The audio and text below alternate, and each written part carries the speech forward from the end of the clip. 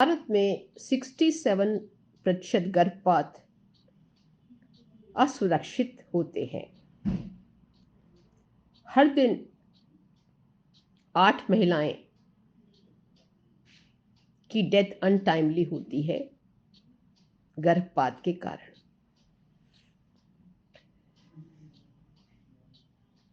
भारत पहला देश है जिन्होंने की मेडिकल टर्मिनेशन ऑफ प्रेगनेंसी को लीगलाइज किया 1971 में।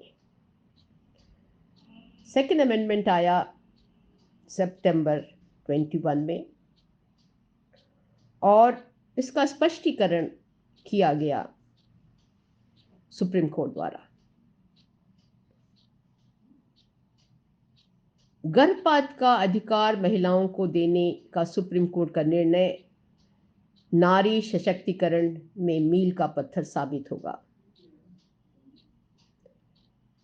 भारत जैसे देश में अभी भी आदमी और औरत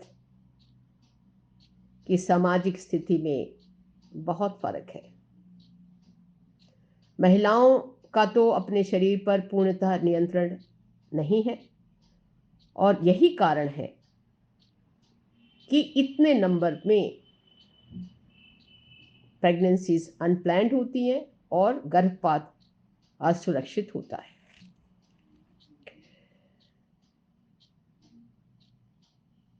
सितंबर 21 में जो नया अमेंडमेंट गर्भपात का आया,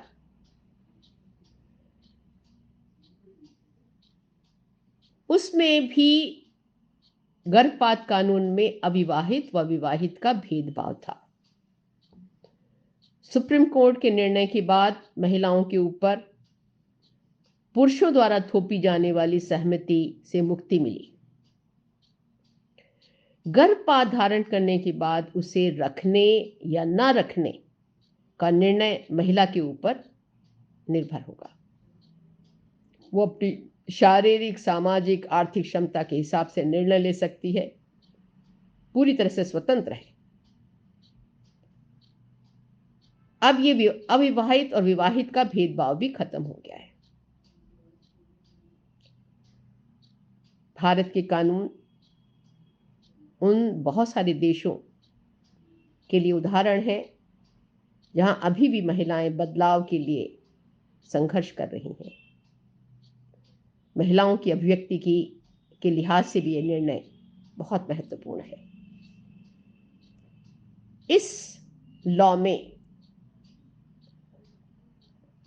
प्रेगनेंसी टर्मिनेशन 20 हफ्ते से 24 हफ्ते तक बढ़ा दिया गया है।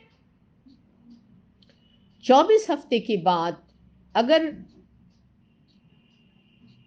बेबी मैलफॉर्म्ड है या मां की हेल्थ के लिए जरूरी है तो ये केस मेडिकल बोर्ड में जाता है और 3 दिन के अंदर डिसीजन हो जाता है कि ये प्रेगनेंसी टर्मिनेट कर सकती हैं या नहीं कर सकते हैं। तो अब बहुत ही सरल हो गया है और जो भी मेडिकल टर्मिनेशन प्रेगनेंसी से रिलेटेड जो भी प्रॉब्लम्स थी, इस पर्टिकुलर लॉ से बहुत कुछ सॉर्ट आउट हो गया है और सुप्रीम कोर्ट के स्पष्टीकरण से तो बहुत ही क्लियर हो गया है मैरिड और अनमैरिड में और बिल्कुल स्वतंत्रता मिल गई है भारतीय नारी को कि उसके दस्तखत की ज़रूरत नहीं होगी।